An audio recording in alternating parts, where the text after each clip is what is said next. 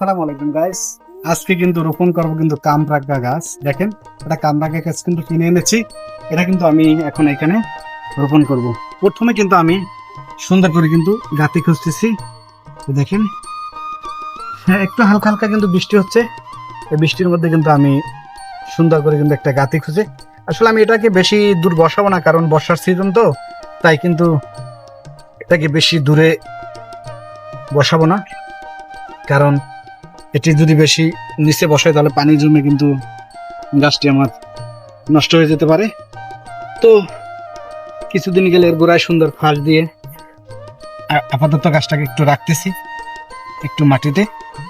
তো কিছুদিন গেলে কিন্তু এই গাছগুলো কিন্তু একটু পাতা ছাড়লে কিন্তু এর গোড়ায় কিন্তু এখনই ফার্স্ট ফার্স্ট দিব, দিয়ে কিন্তু সুন্দর করে এই গাছটি কিন্তু রোপণ করব।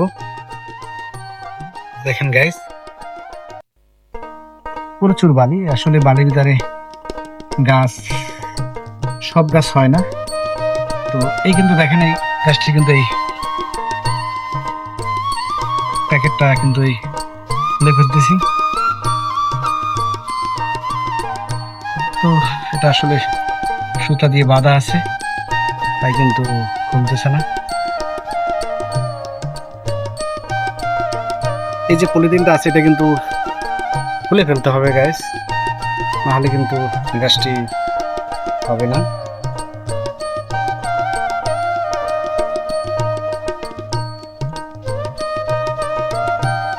দেখেন, এই কিন্তু গাইস খুলে দিলাম কিন্তু এই গাছের এটা কিন্তু শিকড়ে ধরে ফেলছে, তাই একেবারে আমি আসলে একটু যদি ফাঁস দিয়ে নিই, আমি একটু ফাঁস সংগ্রহ করি, তারপর আপনাদেরকে দেখাবো। আমি কিন্তু একটু গোবর ফাঁস সংগ্রহ করতেছি, কিন্তু এই দেখেন, এই কিন্তু গোবর, দেখেন এগুলো কিন্তু দিয়ে গাছ রোপণ করলে কিন্তু আসলে ভালো হয়। আমি আজকে দেখাবো আপনাদের একটি কামরাঙ্গা গাছ এবং একটি কাঁঠাল গাছ রোপণ করার। দেখেন, এই কিন্তু গাছ আমি ফাঁসগুলো কিন্তু এই দিয়ে দিলাম, এই কিন্তু ফাঁসগুলো আমি দিয়ে দিয়েছি। তারপরে কিন্তু এই গাছটি কিন্তু আমি এখানে বসিয়ে দিলাম। তো আসলে আমি বেশি দূর বসাইনি, গাছটা আপাতত রেখেছি, পরবর্তীতে কিন্তু সুন্দর করে আমি গাছ এটিকে রোপণ করব। গাছ কিন্তু রোপণ করার পরে কিন্তু ওই গাছটা আবার সুন্দর করে বেঁধে দিতে হবে, কারণ যদি আমরা গাছটাকে বেঁধে না দিই তাহলে কিন্তু এই গাছটা নড়াচড়া করলে কিন্তু এই গাছটি হবে না। তাই আপাতত এটা চারো সাইডে কিন্তু সুন্দর করে একটু দিয়ে ফাঁস দিয়ে দেবো না। আপাতত এই গাছটাকে এখানে রাখলাম গাইস। দেখতে থাকুন আরেকটি ভিডিও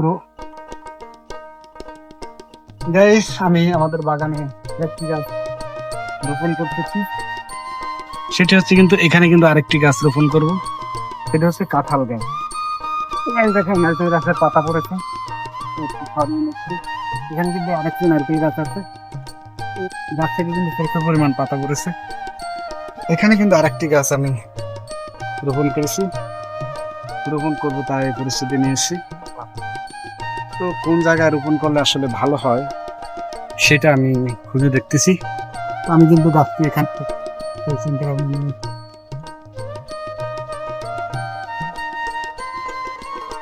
দেখেন। তো গাইস, এখানে কিন্তু আরেকটি গাছ কিন্তু আমি রোপণ করতেছি, এটা হচ্ছে কাঁঠাল গাছ। এই যে দেখেন, গাছে কিন্তু এখানে কিন্তু মাটির পরিমাণ আছে ভালোই, মোটামুটি। এটা কিন্তু কাঁঠাল গাছ রোপণ করতেছি।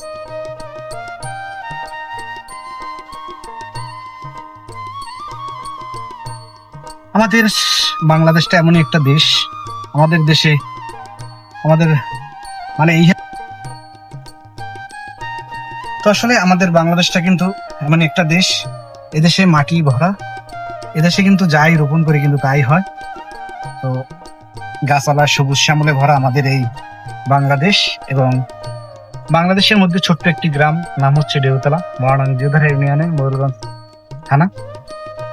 এখানে কিন্তু আমাদের এলাকার লবণাক্ত এলাকা, তবুও অনেক জায়গায় মিষ্টি পানি আছে এবং ভালো পরিবেশ আছে, যা রোপণ করবে তাই কিন্তু হবে। এই যে দেখেন, এই কিন্তু কাঁঠাল গাছ আসলে আনিয়ে রেখেছি, কিছুদিন হয়েছে। এখানে কিন্তু আসলে তেমন কিছু কিন্তু দিচ্ছি না, তবে আমি কিছু ফাঁস দেবো, ফাঁসগুলো আমি নিয়ে